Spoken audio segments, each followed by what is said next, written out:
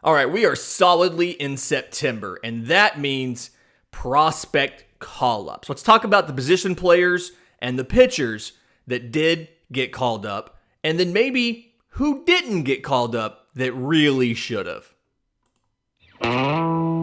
You are Locked On MLB Prospects, part of the Locked On Podcast Network, your team every day.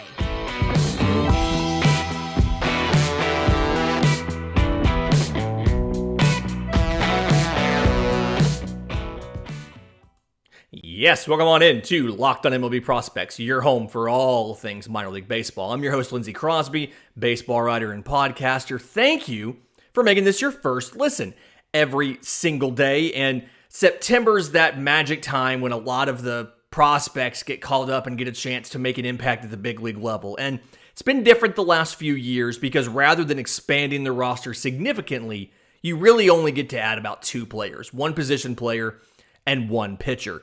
And so we don't have the volume of call-ups that you would expect in previous years. But we do have some interesting guys who have made their debuts late in the year. Some of these are in August. Most of these are September call-ups.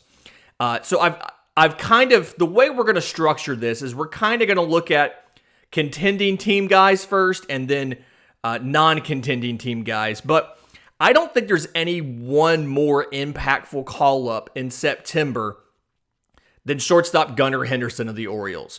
Talked about him quite a bit on this show. One of the best prospects in baseball. Pretty much a consensus top 5, if not number 1 by some outlets. One of the favorite prospects of this podcast. You may remember we had a big show to figure that out once Vinny Pasquantino got promoted and O'Neal Cruz got promoted.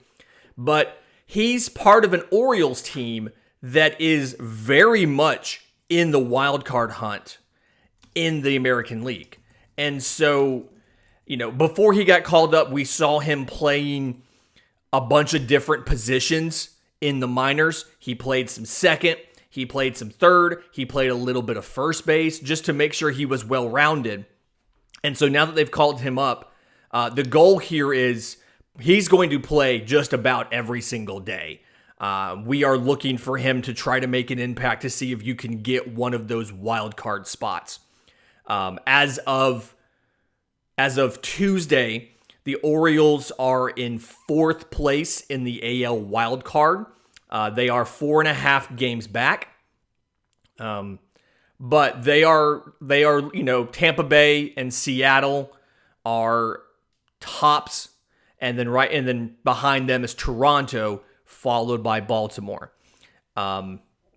It's entirely within the realm of possibility. I do want to point out, it's entirely within the realm of possibility that the Tampa Bay could catch the Yankees. There is a chance that Tampa Bay can catch the Yankees, which we thought there was no way that was going to happen. But Tampa Bay could catch the Yankees, and if so, it's going to mess with the wild card standings a bit. But Baltimore is within striking range of that 4th spot. Gunnar Henderson, I think, is one of the more impactful call-ups towards that this year. Another guy didn't get called up until pretty late in this whole process, but finally made his debut on the 4th, is Tristan Cassis, the first baseman for the Boston Red Sox. Would have been up earlier in the year if not for injury. He got nicked up in AAA and missed some time.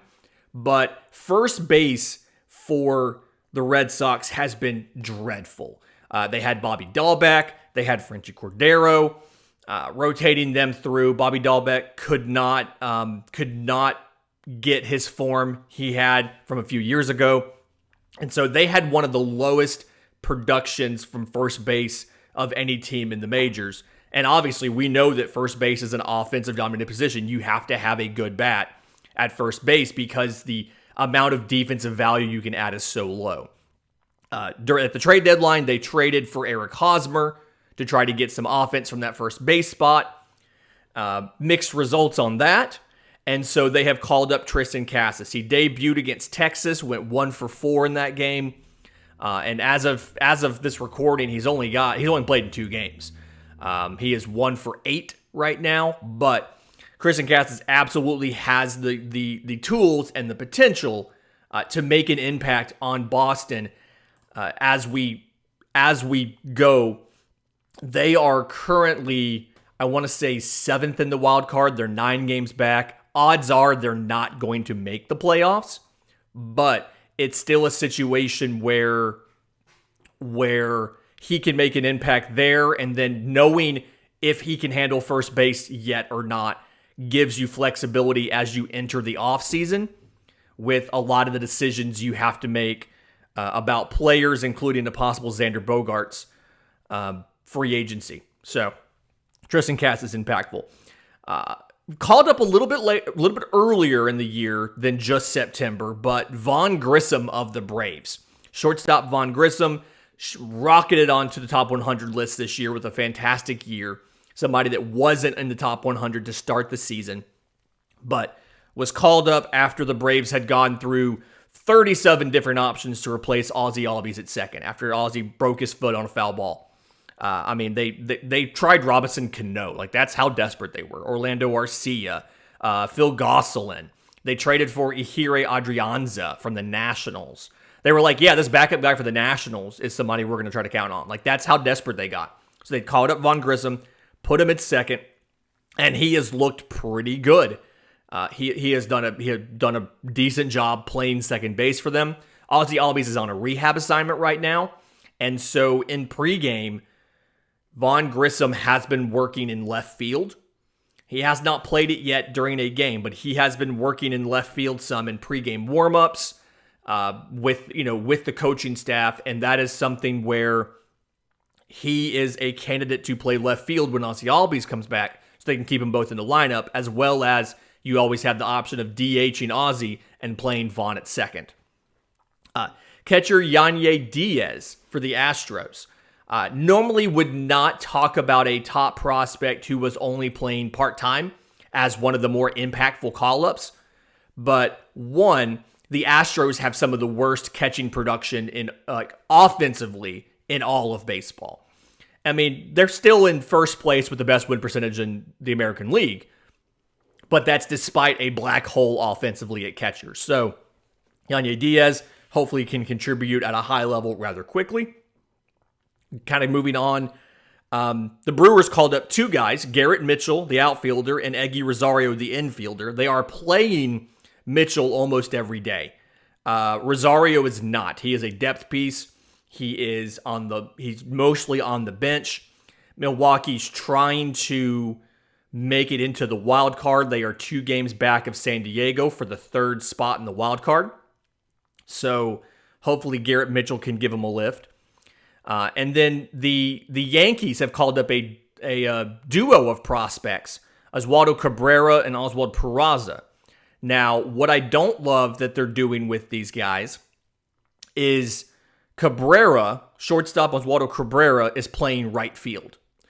Shortstop Oswald Peraza, who's an even better shortstop than Cabrera is on the bench, and he's occasionally spelling Kiner Falefa, who has not been very good this year offensively for the Yankees. And so I don't understand the concept of calling up a top prospect and not playing them, especially when the guy you have at the position is not very good.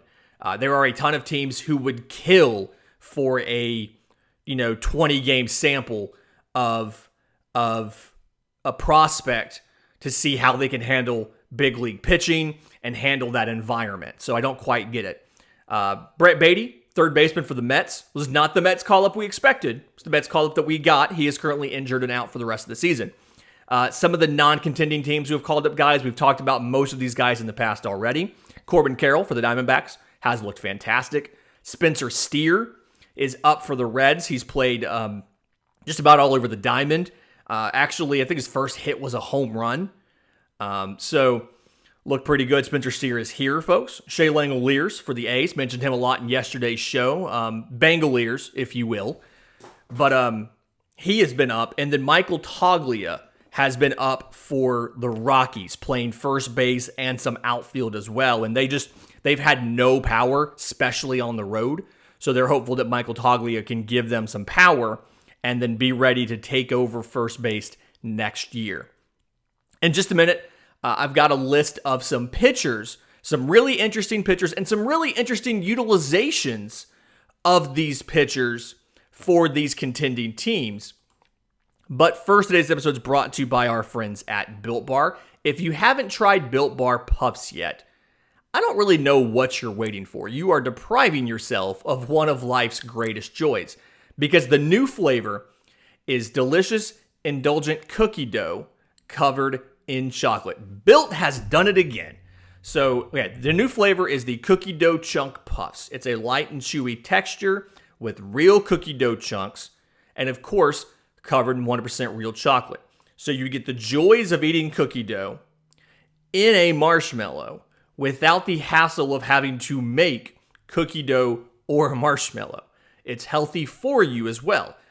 Cookie dough chunk puffs are 160 calories and have a whopping 15 grams of protein. So you need to run to Built.com to snag a box for you and the family. This is one of those limited time flavors we've talked about. When you go to Built.com, you can sign up on the list for some of the different options. They have the everyday flavors they always have. They have the recurring flavors, and they have the that are seasonal, and then they have the limited time stuff. I believe this is a limited time flavor, so go out and get it before it goes away. So when you go to Built.com, use promo code LOCKEDON15 to get 15% off your order. That's promo code LOCKEDON15 at Built.com. Okay, not as many pitchers have been called up, especially by contenders, as position players have. So for the contenders, you're looking at Dio Hall for the Orioles. He's one of the guys, and these, I don't quite have these ranked in order of impact, but Dio Hall came up, had a decent start. We broke it down on this show. It was something where he looked good. The numbers don't look as good as what he actually did. They sent him back down after that because they wanted him to come up and pitch in relief the rest of the season. So Dio Hall is up. He is working as a reliever right now. Again, not my favorite thing to do. I don't necessarily think that works out well for every player. There are some players with which that works out well, especially a guy that has some fantastic tools. Dio Hall, to me, is a very good athlete, but it's something where I don't know if his repertoire works the best out of the bullpen. I think because he uses 3 or 4 pitches, he's a better fit for starting than relieving, but they want to ease him into the big leagues and kind of give him a runway to get his feet underneath him. So I get it. A guy that is starting at the big league level, and again, I don't know exactly how much impact it's going to have because the team isn't that good, but Brayan Bello for the Red Sox. We saw him come up. We saw him make his first start, struggled a little bit, went down, came back. He's now pitched in 8 games. 6 of them have been starts, 32 innings, sitting on 29 strikeouts to 16 walks. And that's really the bugaboo there, is the 16 walks. His whip ends up being 1.8. So he has more control than he's shown in his big league debut. I mean, you'll remember this year in AA and AAA together, he threw 96 innings with only 36 walks. So I mean, needs to do a little bit of work as far as the walks are concerned, but fastball is close to triple digits. The issue is it's sometimes kind of straight, which you don't necessarily love. Reminds me of, not as bad, but it reminds me of the rookie pitcher for the Reds who throws 103, but it's just dead straight. Like it happens sometimes. He's got a 2-seamer that he can mix in there, and so you're expecting a straight 4-seamer. You get a 2-seamer with some sink, works a little bit there. Changeup is plus, sits in the mid-80s, has good fade to it. The slider, kind of similar speed there. So 3 quality pitches, throws enough strikes, can get swings and misses, can get ground ball contact. It's just something he's got to refine his control a bit. I like letting him come up and actually start, especially because I don't think the Red Sox are going to make the playoffs. So this gives you that runway to see what he needs to work on before he finally gets to be in the rotation full time next year. And then a guy that got called up that I'm really excited about because we've heard about him for so long and we just hadn't seen him is Hunter Brown of the Astros. Now, he is working in relief as well, and that is because they have so many pitchers, even with Verlander out. I mean, they just have an embarrassment of riches between Framber Valdez, Christian Javier, Lance McCullers, Jose Urquidy, and that's even with trading away Jake Odorizzi during the season. Like, they have a ton of starters. So he's relieving right now, which he has done that before. He did that in college. For 2 years, he was a reliever before he started his final year. But fastball hits 99. It's a four-seamer. He's got a lot of like late ride to it, which I really like. Throws it really well up in the zone. But the money pitch here is the curveball. So like power curveball completely just falls off the table. Love watching this curveball work. Slider is a horizontal slider, so it's visually separate from the curveball, but it comes out of that same release point. So for the very beginning of the pitch, it's that tunneling we always talk about. At the very beginning of the pitch, it looks the same. It looks similar to the fastball and the curveball, and then the fastball keeps coming. The curveball drops, the slider just sweeps out of the way. Changeup sits mid-80s as well. It's most effective when he throws it down in the zone. So again, looks the same coming out of the hand. Fastball stays up. Changeup comes down. Curveball drops down. Slider sweeps to the side. A lot of visual change. He doesn't necessarily trust the changeup enough, which I think is something that will come. But he did a lot. He made a lot of gains last year, and we saw his one game he's started so far at the big league level. 6 innings, 3 hits, 1 walk, 5 strikeouts, no runs allowed. So he looked as good as advertised. And I want to see him continue. Remember, he played in 23 games in AAA this year. 14 of those were starts. He spent some time in relief to get ready for this big league stint. 2.55 ERA, 134 strikeouts in 106 innings. Had 45 walks. So again, you're concerned about the walks, but looked really good. Love what I saw from Hunter Brown. Some guys that are on non-contending teams who have debuted. We talked about Cade Cavalli when he debuted. We talked about Max Meyer when he debuted. Both of those guys are injured and out for the year. Cavalli, not quite sure exactly what the time frame is for him to come back, but I do believe it's not this season. Max Meyer had Tommy John, so we're looking at a 2024 for him. Ryne Nelson of the Diamondbacks has debuted, and I believe actually his first game, he went up against San Diego, 7 innings, 4 hits, 7 strikeouts, no runs, and got the win against the San Diego Padres. So great outing there.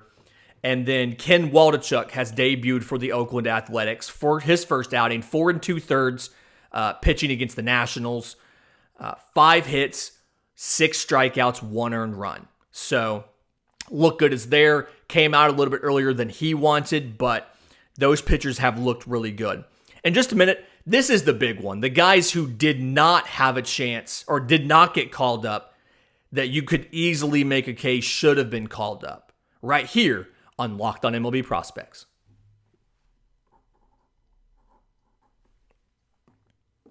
Okay, so who didn't get called up that should have got called up? The Yankees called up Oswaldo Cabrera and put him in right field, and called up Oswald Peraza and put him on the bench.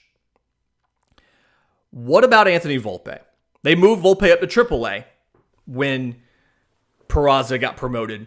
But it's a question of there were people who wanted to see Volpe at the big league level to give him a chance to see what he could do. I think it's okay that you didn't call up Volpe because you don't have playing time for Peraza. If you don't have playing time for Peraza, don't call up Volpe. That's just a waste. That starts the service time clock on him. I mean, honestly, I wouldn't have called up Peraza if you weren't going to play him every day. Just having him sit on the bench, I understand you're trying to protect your lead in the division, but if you're not going to play the prospect every day, you've started the clock. He's not developing because he's not playing every day. He's not playing in AAA every day, but he's not playing at the big league level every day. So unless you think your clubhouse can make that big of an impact on him as a person, and then he can get enough pregame work in with your coaches, I don't understand the point. But one of the big questions that people have had is, why did the Mets not call up Mark Vientos to play third? And I think there's a couple reasons there. I would have liked to have seen him, but I get their logic. So it's something where they think his glove is behind Brett Baty's glove. That's why they called Baty up first. Vientos can't really be a backup for Francisco Lindor at short. They went with, I think it was like veteran infielder Devin Marrero instead, because he can play shortstop. Right now, like Eduardo Escobar is the emergency shortstop behind Francisco Lindor because Luis Guillorme is on the IL. And then Vientos can't platoon at third base with Escobar since both of them, like their strength is the left-handed pitching. And so it's a question about playing time. But like, despite all of that, it kind of still feels like you probably should have had him. He's hit over 22 home runs this year. Take what he can do well, hit home runs, and let him use those strengths to make your ball club better. Since the start of May, he has an OPS of just under 1,000. 23 home runs, 892 OPS, and then against lefties, 343, 411, 759. Find a way to get that on your team, especially when the Mets have been bad this season against left-handed pitching. So don't quite understand why they didn't do that, but they didn't do that. Gabriel Moreno for the Blue Jays, the catcher as well. Talked about him in yesterday's show. He had him as the number one catcher. Little more defensible to not call him up because you have two catchers who are doing really well in Toronto. So you've got Alejandro Kirk, 292, 378, 435, 13 home runs in 118 games. Behind him, you've got Danny Jansen, 218, 296, 456, 11 home runs in 49 games. So you're doing okay. You've gotten 24 home runs from your catching position and about 85 RBIs. You're doing okay. But I do believe also that they rotate that DH spot through some of the outfielders, through a George Springer, through a Lourdes Gurriel, Raimel Tapia, some of the infielders like a Kevin Biggio and stuff. So I feel like you're using the DH spot. So I understand not calling him up, but still would have loved to have seen him. And then the big one for me is third baseman Josh Young of the Rangers. We thought he was going to win this job out of spring, and he would have if not for the injury that he suffered. He was out a good portion of the year. He is back now. He is playing every day at AAA Round Rock. And when you look at the production of the third baseman, they tried Josh Smith, they tried Andy Ibanez, they tried Charlie Culberson. They're on Ezekiel Duran right now. Duran, for instance, 240, 283, 370. Culberson, 257, 289, 339. Ibanez, 218, 273, 277. A lot of guys with the slugging in the twos or maybe the threes. And the thought process is Josh Young probably could have given you some offensive performance from the third base spot. So they're not in it this year. I mean, they are. I do not believe they are within range of the wild card. But would have been nice to get him some experience going into next season when he's almost assuredly going to win the job out of spring training, and you are ostensibly trying to compete next year. Would have been nice to give him a little bit of way to ease into it. Now, pitchers. Some interesting, this is where I was more surprised about these pitchers not coming up. And part of this can be explained because these teams are doing well and they don't necessarily have the runway to break in a rookie pitcher. But I would have loved to seen the Rays call up Taj Bradley.